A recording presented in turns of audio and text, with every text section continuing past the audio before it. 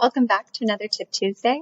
I'm Tara, one of our data migration specialists here at IndySoft, and today I'm going to be talking about templates and template links when importing equipment from IndySoft. So if you're unaware, we have a feature in IndySoft called IndySoft that allows you to import equipment from an Excel file in the form of a CSV or text file. However, when we are importing this equipment with templates and template links, we have to take a few extra steps, which I'm going to walk through today. So we can see here that I have this example record that is linked to the example template and has the following template links below.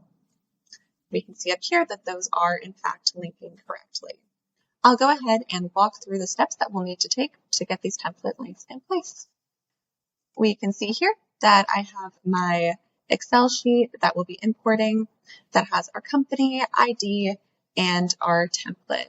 Feel free to add more fields if required. I'm going to go ahead and open up IndySoft, our text file importer.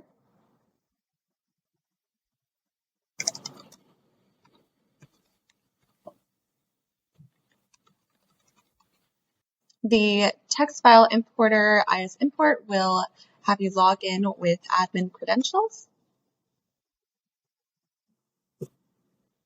Once IndySoft is open, I'm going to select the equipment information option.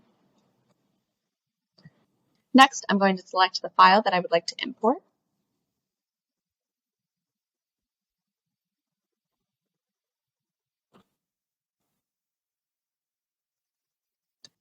In my file, the first line is header field, so I'm going to go ahead and select the first line of import contains headers, skip this line when importing option.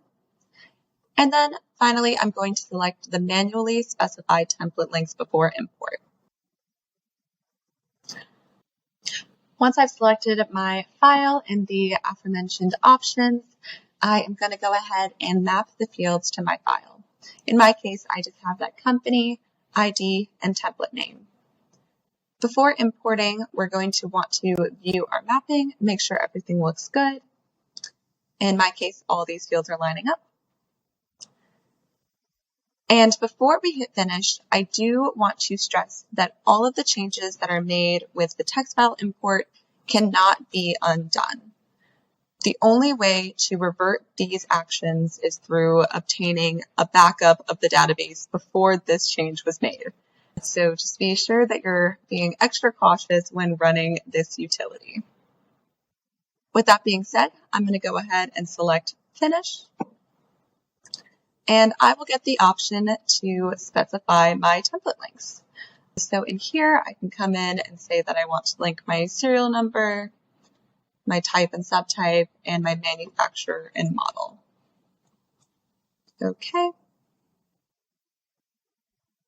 I am ready to begin my import. If our records already exist, which in my case it does. And finally, we are going to get a warning that says that a company is required. Awesome. Now our import is complete. Since my piece of equipment already existed, I am going to refresh and ensure that all of our changes look good.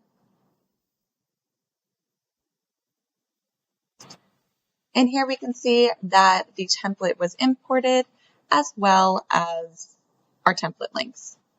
I hope this helps.